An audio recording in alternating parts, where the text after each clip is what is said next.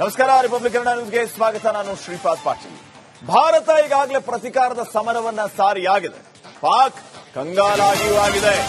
ಮುಂದೆ ನಮ್ಮ ಕಥೆ ಏನು ಅನ್ನುವಂತಹ ಚಿಂತೆ ಈಗ ಪಾಕಿಸ್ತಾನಿಯರನ್ನ ಕಾಡ್ತಾ ಇದೆ. ವಾಚ್ ಟವರ್ನಲ್ಲಿ ಮತ್ತೆ ಧ್ವಜ ಏರಿಸಿದೆ ಪಾಕಿಸ್ತಾನ. ಜಮ್ಮುವಿನ ಪ್ರಜ್ವಲ್ ಅಂತಾರಾಷ್ಟ್ರೀಯ ಗಡಿಯ ವಾಚ್ ಟವರ್ ಇಲ್ಲಿ ಧ್ವಜ ಹಾರಿಸಿರೋದು. ಬೆಳಗ್ಗೆ ತನ್ನ ವೀಕ್ಷಣಾ ಗೋಪುರದಿಂದ ಧ್ವಜ ತೆಗೆದಿತ್ತು. ಗಲಿಬಿಲಿಗೊಂಡಂತ ಪಾಕ್ ಮತ್ತೆ ಧ್ವಜಾರೋಹಣ ಮಾಡಿದೆ. ಅವ್ರಿಗೆ ಏನ್ ಮಾಡಬೇಕು ಅಂತಾನೆ ಗೊತ್ತಾಗ್ತಾ ಇಲ್ಲ. ಏನ್ ಮಾಡಿದ್ರೆ ನಾವು ಸೇಫ್ ಆಗ್ತೀವಿ ಅನ್ನುವಂತ ಪ್ರಶ್ನೆ, ಕನ್ಫ್ಯೂಷನ್ ಅವರನ್ನ ಕಾಡ್ತಾನೆ ಇಲ್ಲ. ಧ್ವಜ ಇಳಿಸಿದ್ರು, ಮತ್ತೆ ಧ್ವಜ ಏರಿಸಿದ್ರು. ಈ ರೀತಿಯ ಗೊಂದಲದಲ್ಲಿಯೇ ಅವರು ಈಗ ಸಮಯ ಕಳೆಯುವಂತಹ ಪರಿಸ್ಥಿತಿ. ಭಾರತೀಯ ಸೈನಿಕರು ಎಷ್ಟರ ಮಟ್ಟಿಗೆ ಅವರಿಗೆ ಕನ್ಫ್ಯೂಷನ್ಗೆ ಕಾರಣ ಆಗಿದ್ದಾರೆ ನೋಡಿ. ಇದಿನ್ನೂ ಆರಂಭ ಅಷ್ಟೇ, ಇನ್ನೂ ಆರಂಭನೂ ಆಗಿಲ್ಲ ಅಂತ ಅನ್ಕೊಳ್ಳಿ. ಮುಂದೆ ಇದೆ ನಿಮಗೆ ಮಾರಿ ಹಬ್ಬ. ಏನ್ ಮಾಡಬೇಕು ಅಂತ ಪ್ರಶ್ನೆಯಾಗಿ ಉಳಿಯುತ್ತೆ. ಅದಕ್ಕೆ 5,000 ಸೈನಿಕರಿಗಾಗಲೇ ರಿಸೈನ್ ಮಾಡಿಬಿಟ್ಟಿದ್ದಾರೆ. 5,000 ಸೈನಿಕರು. ಸೇನಾ ಮುಖ್ಯಸ್ಥನ ಅಡ್ರೆಸ್ಗಿಲ್ಲ ಅಲ್ಲಿ. ನೀವೇನಾರು ಮಾಡ್ಕೊಳ್ರಪ್ಪ ಅಂತ ಹೇಳಿ ಎಸ್ಕೇಪ್ ಆಗ್ಬಿಟ್ಟಿದ್ದಾನೆ ಆಸಾಮಿ. ಇನ್ನು ಶಹಬಾಜ್ ಶರೀಫನ್ ಕತೆ ಬೇರೆ. ಇಲ್ಲಿ ನೋಡಿ, ಈಗ ತಾವೇನು ಗಮನಿಸ್ತಾ ಇದ್ದೀರಿ ದೃಶ್ಯ, ಒಂದ್ ಕಡೆ ಧ್ವಜ ಇದೆ, ಮತ್ತೊಂದ್ ಕಡೆ ಧ್ವಜ ಇಲ್ಲ.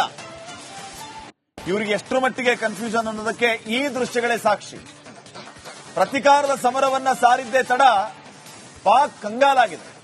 ವಾಚ್ ಟವರ್ನಲ್ಲಿ ಒಂದು ಸಮಯದಲ್ಲಿ ಧ್ವಜ ಇತ್ತು, ಆಮೇಲೆ ಧ್ವಜ ಇಳಿಸಿದ್ರು, ಮತ್ತೆ ಧ್ವಜ ಏರಿಸಿದ್ರು.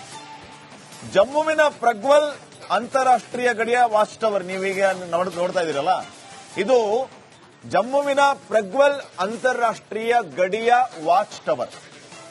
ಬೆಳಿಗ್ಗೆ ತನ್ನ ವೀಕ್ಷಣಾ ಗೋಪುರದಿಂದ ಧ್ವಜವನ್ನ ತೆಗೆದುಬಿಟ್ಟಿತ್ತು. ಗಲಿಬಿಲಿಗೊಂಡಂತ ಪಾಕಿಸ್ತಾನ್ ಮತ್ತೆ ಧ್ವಜಾರೋಹಣ ಮಾಡಿದೆ, ಧ್ವಜ ಏರಿಸಿದೆ. ನಮಸ್ಕಾರ. ರಿಪಬ್ಲಿಕ್ ಕನ್ನಡ ನ್ಯೂಸ್ಗೆ ಸ್ವಾಗತ. ನಾನು ಶ್ರೀಪಾದ್ ಪಾಟೀಲ್. ಭಾರತ ಈಗಾಗಲೇ ಪ್ರತಿಕಾರದ ಸಮರವನ್ನ ಸಾರಿಯಾಗಿದೆ.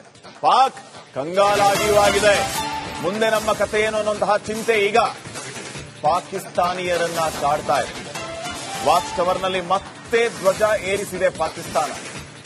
ಜಮ್ಮುವಿನ ಪ್ರಜ್ವಲ್ ಅಂತಾರಾಷ್ಟ್ರೀಯ ಗಡಿಯ ವಾಚ್ ಟವರ್ ಇಲ್ಲಿ ಧ್ವಜ ಹಾರಿಸಿರೋದು. ಬೆಳಗ್ಗೆ ತನ್ನ ವೀಕ್ಷಣಾ ಗೋಪುರದಿಂದ ಧ್ವಜ ತೆಗೆದಿತ್ತು. ಗಲಿಬಿಲಿಗೊಂಡಂತ ಪಾಕ್ ಮತ್ತೆ ಧ್ವಜಾರೋಹಣ ಮಾಡಿದೆ. ಅವ್ರಿಗೆ ಏನ್ ಮಾಡಬೇಕು ಅಂತಾನೆ ಗೊತ್ತಾಗ್ತಾ ಇಲ್ಲ.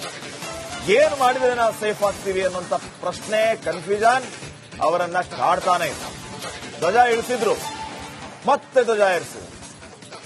ಈ ರೀತಿಯ ಗೊಂದಲದಲ್ಲಿಯೇ ಅವರು ಈಗ ಸಮಯ ಕಳೆಯುವಂತಹ ಪರಿಸ್ಥಿತಿ. ಭಾರತೀಯ ಸೈನಿಕರು ಎಷ್ಟರ ಮಟ್ಟಿಗೆ ಅವರಿಗೆ ಕನ್ಫ್ಯೂಷನ್ಗೆ ಕಾರಣ ಆಗಿದ್ದಾರೆ ನೋಡಿ. ಇದಿನ್ನೂ ಆರಂಭ ಅಷ್ಟೇ, ಇನ್ನೂ ಆರಂಭನೂ ಆಗಿಲ್ಲ ಅಂತ ಅನ್ಕೊಳ್ಳಿ. ಮುಂದೆ ಇದೆ ನಿಮಗೆ ಮಾರಿ ಹಬ್ಬ. ಏನ್ ಮಾಡಬೇಕು ಅಂತ ಪ್ರಶ್ನೆಯಾಗಿ ಉಳಿಯುತ್ತೆ. ಅದಕ್ಕೆ 5,000 ಸೈನಿಕರಿಗಾಗಲೇ ರಿಸೈನ್ ಮಾಡಿಬಿಟ್ಟಿದ್ದಾರೆ. 5,000 ಸೈನಿಕರು. ಸೇನಾ ಮುಖ್ಯಸ್ಥನ ಅಡ್ರೆಸ್ಗಿಲ್ಲ ಅಲ್ಲಿ. ನೀವೇನಾರು ಮಾಡ್ಕೊಳ್ರಪ್ಪ ಅಂತ ಹೇಳಿ ಎಸ್ಕೇಪ್ ಆಗ್ಬಿಟ್ಟಿದ್ದಾನೆ ಆಸಾಮಿ. ಇನ್ನು ಶಹಬಾಜ್ ಶರೀಫನ್ ಕತೆ ಬೇರೆ. ಇಲ್ಲಿ ನೋಡಿ, ಈಗ ತಾವೇನು ಗಮನಿಸ್ತಾ ಇದ್ದೀರಿ ದೃಶ್ಯ, ಒಂದ್ ಕಡೆ ಧ್ವಜ ಇದೆ, ಮತ್ತೊಂದ್ ಕಡೆ ಧ್ವಜ ಇಲ್ಲ. ಇವರಿಗೆ ಎಷ್ಟರ ಮಟ್ಟಿಗೆ ಕನ್ಫ್ಯೂಷನ್ ಅನ್ನೋದಕ್ಕೆ ಈ ದೃಶ್ಯಗಳೇ ಸಾಕ್ಷಿ. ಪ್ರತಿಕಾರದ ಸಮರವನ್ನ ಸಾರಿದ್ದೇ ತಡ ಪಾಕ್ ಕಂಗಾಲಾಗಿದೆ. ವಾಚ್ ಟವರ್ನಲ್ಲಿ ಒಂದು ಸಮಯದಲ್ಲಿ ಧ್ವಜ ಇತ್ತು, ಆಮೇಲೆ ಧ್ವಜ ಇಳಿಸಿದ್ರು, ಮತ್ತೆ ಧ್ವಜ ಏರಿಸಿದ್ರು.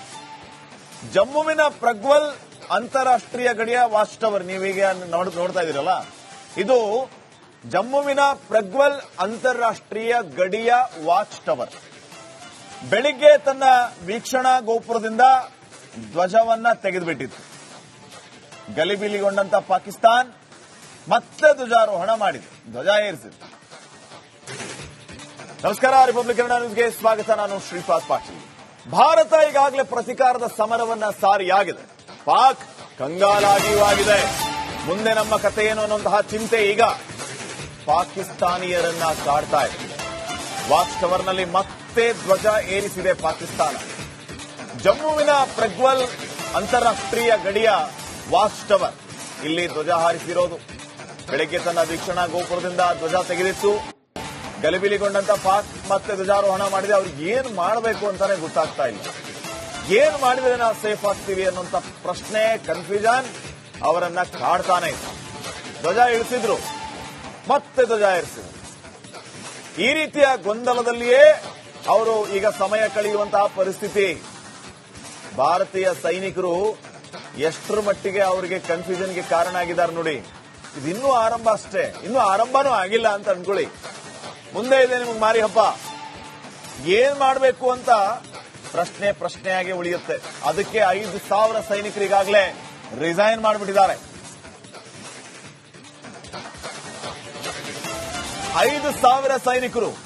ಸೇನಾ ಮುಖ್ಯಸ್ಥನ ಅಡ್ರೆಸ್ಗಿಲ್ಲ ಅಲ್ಲಿ. ನೀವೇನಾರು ಮಾಡ್ಕೊಳ್ರಪ್ಪ ಅಂತ ಹೇಳಿ ಎಸ್ಕೇಪ್ ಆಗ್ಬಿಟ್ಟಿದ್ದಾನೆ ಆಸಾಮಿ. ಇನ್ನು ಶಹಬಾಜ್ ಶರೀಫ್ನ ಕತೆ ಬೇರೆ. ಇಲ್ಲಿ ನೋಡಿ, ಈಗ ತಾವೇನು ಗಮನಿಸ್ತಾ ಇದ್ದೀರಿ ದೃಶ್ಯ, ಒಂದ್ ಕಡೆ ಧ್ವಜ ಇದೆ, ಮತ್ತೊಂದ್ ಕಡೆ ಧ್ವಜ ಇಲ್ಲ. ಇವರಿಗೆ ಎಷ್ಟರ ಮಟ್ಟಿಗೆ ಕನ್ಫ್ಯೂಷನ್ ಅನ್ನೋದಕ್ಕೆ ಈ ದೃಶ್ಯಗಳೇ ಸಾಕ್ಷಿ. ಪ್ರತಿಕಾರದ ಸಮರವನ್ನ ಸಾರಿದ್ದೇ ತಡ ಪಾಕ್ ಕಂಗಾಲಾಗಿದೆ. ವಾಚ್ ಟವರ್ನಲ್ಲಿ ಒಂದು ಸಮಯದಲ್ಲಿ ಧ್ವಜ ಇತ್ತು, ಆಮೇಲೆ ಧ್ವಜ ಇಳಿಸಿದ್ರು, ಮತ್ತೆ ಧ್ವಜ ಏರಿಸಿದ್ರು. ಜಮ್ಮುವಿನ ಪ್ರಗ್ವಲ್ ಅಂತಾರಾಷ್ಟ್ರೀಯ ಗಡಿಯ ವಾಚ್ ಟವರ್ ನೀವೀಗ ನೋಡ್ತಾ ಇದ್ದೀರಲ್ಲ, ಇದು ಜಮ್ಮುವಿನ ಪ್ರಗ್ವಲ್ ಅಂತಾರಾಷ್ಟ್ರೀಯ ಗಡಿಯ ವಾಚ್ ಟವರ್.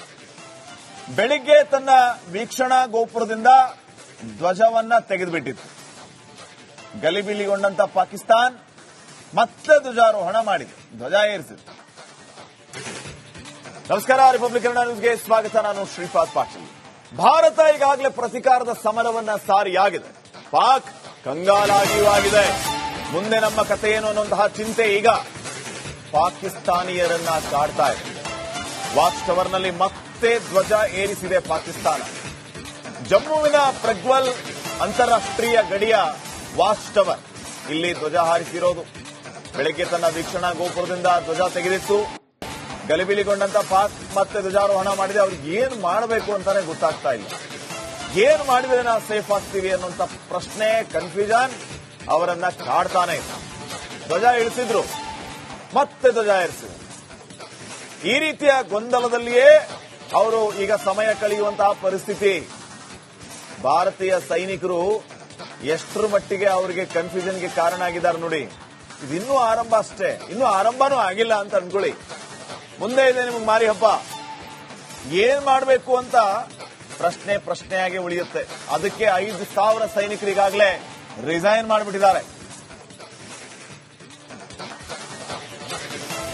5,000 ಸೈನಿಕರು. ಸೇನಾ ಮುಖ್ಯಸ್ಥನ ಅಡ್ರೆಸ್ಗಿಲ್ಲ ಅಲ್ಲಿ. ನೀವೇನಾರು ಮಾಡ್ಕೊಳ್ರಪ್ಪ ಅಂತ ಹೇಳಿ ಎಸ್ಕೇಪ್ ಆಗ್ಬಿಟ್ಟಿದ್ದಾನೆ ಆಸಾಮಿ. ಇನ್ನು ಶಹಬಾಜ್ ಶರೀಫ್ನ ಕತೆ ಬೇರೆ. ಇಲ್ಲಿ ನೋಡಿ, ಈಗ ತಾವೇನು ಗಮನಿಸ್ತಾ ಇದ್ದೀರಿ ದೃಶ್ಯ, ಒಂದ್ ಕಡೆ ಧ್ವಜ ಇದೆ, ಮತ್ತೊಂದ್ ಕಡೆ ಧ್ವಜ ಇಲ್ಲ. ಇವರಿಗೆ ಎಷ್ಟರ ಮಟ್ಟಿಗೆ ಕನ್ಫ್ಯೂಷನ್ ಅನ್ನೋದಕ್ಕೆ ಈ ದೃಶ್ಯಗಳೇ ಸಾಕ್ಷಿ. ಪ್ರತಿಕಾರದ ಸಮರವನ್ನ ಸಾರಿದ್ದೇ ತಡ ಪಾಕ್ ಕಂಗಾಲಾಗಿದೆ. ವಾಚ್ ಟವರ್ನಲ್ಲಿ ಒಂದು ಸಮಯದಲ್ಲಿ ಧ್ವಜ ಇತ್ತು, ಆಮೇಲೆ ಧ್ವಜ ಇಳಿಸಿದ್ರು, ಮತ್ತೆ ಧ್ವಜ ಏರಿಸಿದ್ರು. ಜಮ್ಮುವಿನ ಪ್ರಗ್ವಲ್ ಅಂತಾರಾಷ್ಟ್ರೀಯ ಗಡಿಯ ವಾಚ್ ಟವರ್ ನೀವೀಗ ನೋಡ್ತಾ ಇದ್ದೀರಲ್ಲ, ಇದು ಜಮ್ಮುವಿನ ಪ್ರಗ್ವಲ್ ಅಂತಾರಾಷ್ಟ್ರೀಯ ಗಡಿಯ ವಾಚ್ ಟವರ್. ಬೆಳಿಗ್ಗೆ ತನ್ನ ವೀಕ್ಷಣಾ ಗೋಪುರದಿಂದ ಧ್ವಜವನ್ನ ತೆಗೆದುಬಿಟ್ಟಿತ್ತು.